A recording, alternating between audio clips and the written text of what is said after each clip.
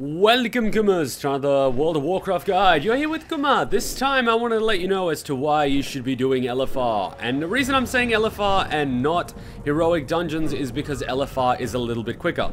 Now, as you can see in the thumbnail, I did include a lot of these shattered Satchels of Cooperations, as well as a lot of these Defiled Augment Runes. Now, the reason I did this is because what I'm talking about is whenever you try to queue for LFR, whenever they're low on a particular role, they're going to offer that particular role a bonus. Now, if I can stop this from glitching, well, if it wasn't glitching, it would show you that it's a call to arms for damage, which is me, a DPS being a hunter, and I am going to get one of these Shattered Satchels of Cooperation, as well as one of these priors of the Triumphant, and then a Selfless Glory. Now, the Selfless Glory and the Shattered Satchel of Cooperation is a bonus because they're trying to fill up as many rolls as they can. Now, usually these things are mostly for tanks and healers, but they do pop up for DPS as well. As you can see, I've just been queuing a few times now today, and I've already gotten 3 of them, and I've just queued now a 4th time for the Rift of the Inn to kill, what's his name? Xavius, that's the one. Because even though you've completed it, you won't get loot from Xavius, but you can get another Satchel of Cooperation because you're queuing. And the reason I love this one and Betrayer's Rise is because it's very quick, and even if I don't get any loot from the boss, I'm still going to get 77 gold and 2 of these things. Now, the beautiful thing about the Shattered Satchel of Cooperation is that when you open it, it is going to give you around 800 gold. It can give you Blood of Sargeras and more Defiled Augment Rune, as well as some artifact power. They all average at about 800, give or take. I like to say 800, even though it's always just a little bit more. But I say around 800. And of course, when you're going through, you might get some epics like me. I disenchant them because I'm an enchanter. You might get some appearances for your legendaries. Well, I have to switch. More things from your shoulder enchants, more epics that you disenchant. And this is what I love about being an enchanter. This is why I switched to enchanting, because when I'm doing LFR, I am going to get some epics which I can disenchant. Then I can convert them to some of these lovely little vellums, I like to call them, you know, little enchants that you sell in the AH. And what ends up happening is you will sell a lot of them when the weekly reset happens around Wednesday mornings. After the restart, of course, depends on which time zone you're in, but then you just go and you sell the Defiled Augment Runes, which are more or less a buff for raiders. And of course, on my server, they fluctuate in price, but they mostly sell very well the night before the raid reset and just after the raid reset, because a lot of the raiders are going in there trying to do normal mode, heroic modes, mythic modes, you know, all this good stuff. They don't have normal mode. Normal mode is now LFR. I don't think anyone uses them for LFR. They get them in LFR and then they sell them, but they do fluctuate in price. At the moment, they're around 500 gold. That's because a lot of people just did LFR and got a lot of them because of the goodie bags, I like to call them, that I just got. But I've been selling them anywhere between 500 to 700 gold, and what ends up happening when you do that is this. You start getting a crap ton of gold from your mailbox. Now, as you know, I don't like to buy many materials. I like to gather my own materials by disenchanting, and I've converted several of my toons to disenchanters, well, enchanters, so I can disenchant all the LFR loot, all the greens that I get while questing, all the blues that I get while questing, and all the things that I craft. So I would highly recommend that you do pick up enchanting, especially on your main or any toon that you do world quests on. I do have an enchanting guide which you should check out, but I really did want to get this guide out for you guys just to remind you that you should be doing LFR to get these little goodie bags, because they do give you 800 gold each. They do give you these augment runes. They give you several of these, and these drop from bosses as well when you don't get loot. So just from doing I think I did 3 or 4 LFRs, I've already got 7,500 gold worth, and then I've got maybe 4,000 gold from the goodie bags, and then I've got all these materials which I'm selling on the AH, which I more or less got for free from LFR. It's something you should be doing. Now, I am going through this because I want to show you guys when these augment runes do sell. I ended up selling about 80 when the new patch just hit. Ah, here we go. Yeah, it's going to come up now. As you can see, enchants do sell a lot at the start of every week. So see, I sold these ones just above 600 gold. AH takes their cut, and so I get around 596 gold. I ended up selling around 60, maybe 80 of them in the last week. since 7.2.5 hit. They always sell for more at the start of a new patch because all the people are going in and buying them to do their raiding, so they do fluctuate in price. I've sometimes been buying them for about 200 gold towards the end of the week, and I sort of held on to them until the start of the new week, and then I sell them. So you can flip them, but you should maybe follow the market a little bit. I've been doing LFR since the beginning of the expansion, so I more or less know how the price fluctuates, because I'm always selling them on the AH anyway, and I know that before every single patch there is going to be a little bit of a bump up in price, and then as soon as the patch is released there's going to be an even bigger bump up in price, because everyone's going to be buying them, especially the hardcore raiders. And of course I'm going to make as much money off that as I can, and of course I'm going to make as much money as I can off the enchanting of gloves for professions, because people are getting new gear, and of course they want to enchant their gloves because they're too lazy to get enchanting. Of course they're going to get their new rings. Of course they're going to get, you know, all these good things. I like these enchants in particular because they're very easy to craft, they're very cheap, and the margin is very good, especially when you get the enchant materials for free. But if you did have to buy them, you are going to make a margin of a few hundred gold minimum, especially on my server. It is very competitive, so you will have to be very active on the AH if you do want to make money off all the new raiders at the beginning of a patch. I know a lot of people have been making millions of gold at the start of every single patch, but I personally can't afford to sit in front of my computer all day playing the AH. But sort of every single time I log on to play WoW, I do sort of go on the AH and pop up a few auctions. I am now just going to get these artifact powers, which is very nice. You get bonus artifact power for doing this as well, and no one can complain about that. But that is more or less my routine. I log on, I queue for the LFRs, even if I'm doing nothing but popping AH or world quests. I can be doing world quests while I'm queued for LFR, or I could be doing some profession things while I'm queued for LFR. And as you can see, I sold a lot of these Defiled Augment Runes. Look at this. Look at how much gold that is. It's insane. Look at how many I've sold. People sell them. Now, I am going to assume that this person is a raider, because I don't think he's going to buy them at 600 gold to try to flip it, because the price, I think, the maximum price during 7.2.5 was about 7,500. So 700, 500 gold. So I don't think he's doing it to flip it. I think he's actually using them. And look at that. He's more or less stocking up.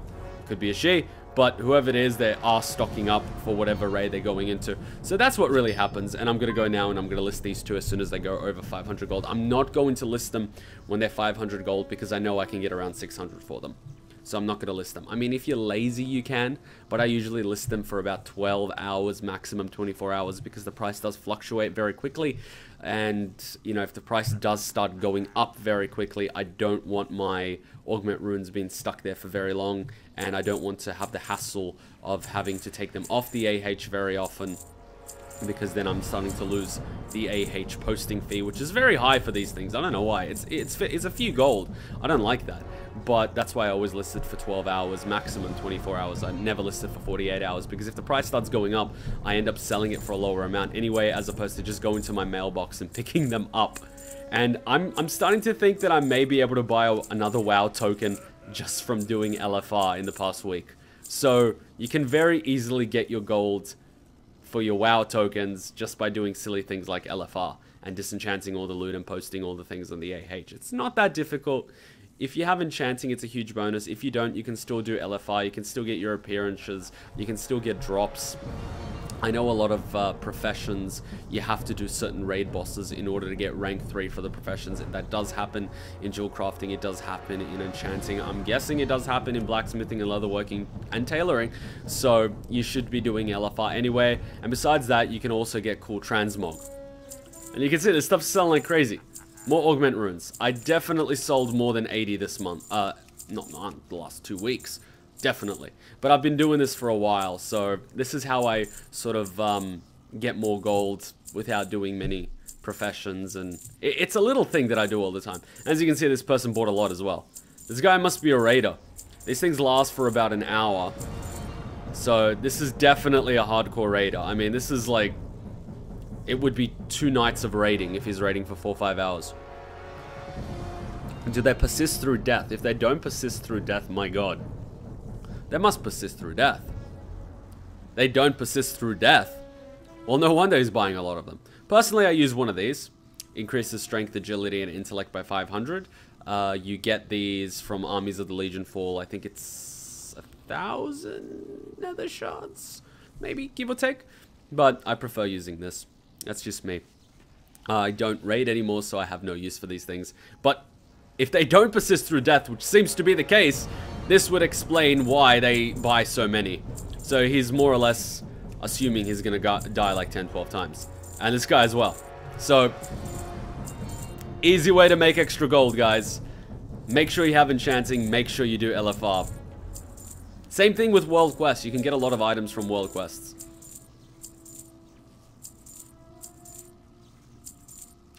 I think I'm just going to sit here just to see how much gold we get by the end of this. Because I think I started opening at 720,000 or 730,000. So I'm already up, I think, about 100,000. So that's my WoW token for the month done. Just from doing LFI and selling the enchants. Simple as that. I will be getting out my mining guide. I will be getting out my skinning guide. I will be getting out my jewel crafting guide. I'm about to start posting jewel crafting gems. I haven't done that. I just got my jewel crafting up to 800 not so long ago. So I'm not gonna make that huge profit that you get in the first week of a new patch, but I should be able to make plenty of gold from it. So expect those coming in the coming weeks. They take a little bit longer to do than normal guides, so I do apologize. But if there are any guides that you would like in particular that are not profession related, please ask in the comment section below. I got a request for a cooking guide, which I can do. I do sell a little bit of food time to time, so I will do that. It's just going to take me a little while to get all the footage to, you know, make it a step-by-step guide. People have been asking for the leatherworking guide. I don't have leatherworking yet, but I do have plenty of skins, so I should be able to get that leatherworking guide started after I post my skinning guide, and I can then start getting started on a blacksmithing guide again, because I will hopefully soon have all the materials I need from mining to finish off my jewel crafting guide, and then I can use all the mining surplus on the blacksmithing guide. And then what do I have left? Inscription. Yeah, I think I covered all the professions. All that's left is inscription. Cool. Wow, shit. I never thought I would actually get through all the professions, but it seems that I am. Oh, and I've got a few leftovers. Not everything sells all the time, but most of the shit sells. Most of the shit sells. And you occasionally... what will happen is you'll go into an LFR and you'll loot and the boss won't give you loot, and then you'll just... If you're missing loot, you'll get them through the postmaster, and they'll come in, and they'll just give you the loot. Wait, what? Oh, this is from PvP. Champion Strongbox. Cool. Wait. This is my fucking shoulders! How long has this been in the mailbox? 21 days. That's been a week. So, a week ago, I've been pissed off about not getting a legendary for a while. It's been sitting in my fucking mailbox. Thanks, Blizzard.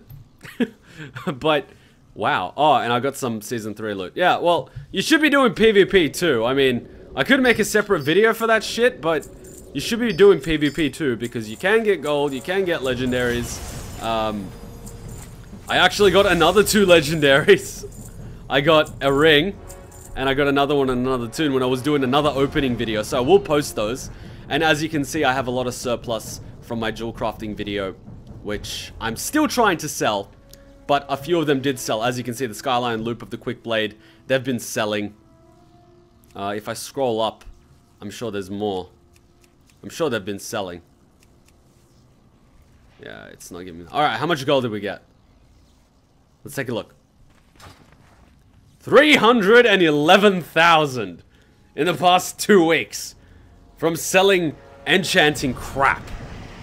And in case you're going, but Kuma, it's mostly infinite dust in this shit. Well, I made a separate video, and if you were paying attention, you would know what that's from. What I do is, I buy abyss crystals. Well, they're kind of expensive because I kind of sold them all. Well, bought them all. And then, I just open up my enchanting, because enchanting OP. Okay, I'm doing 2 guides for the price of 1. You're welcome. Where is it?